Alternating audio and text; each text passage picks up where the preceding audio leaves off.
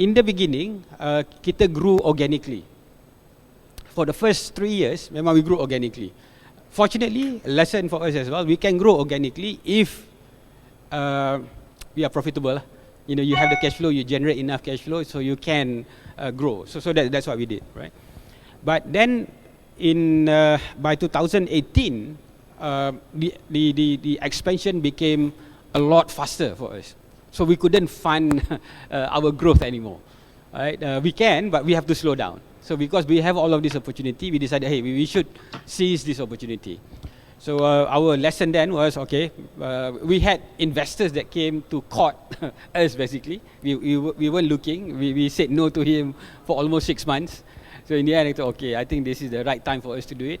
And of course, again, I think the lesson here is that raising fund is also about doing it at the right time. Because you raise fund too early, it will be very expensive. So I have a lot of friends sekarang ni, fellow startup, because I'm in the NEF as well, I help coach a lot of startup as well. Don't raise too early if you can.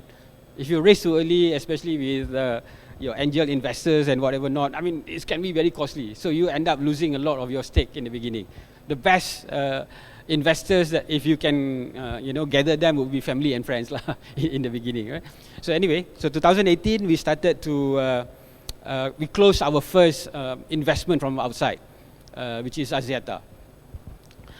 It was their record. It was closed in record time, due in 2 weeks, and then money came in 3 days after the due was completed. So that was amazing as well. So how did that happen? Because we told them, right, if you want to come in, we are only interested to do this because we have an opportunity to acquire a company in Denmark at that time. So if you, for us this is exciting. So if you come in and invest with us, we need this fund to help us grow to the next level. So because of that, they all were very accelerated. We closed the M&A, we closed the funding very quickly, and immediately we execute our M&A.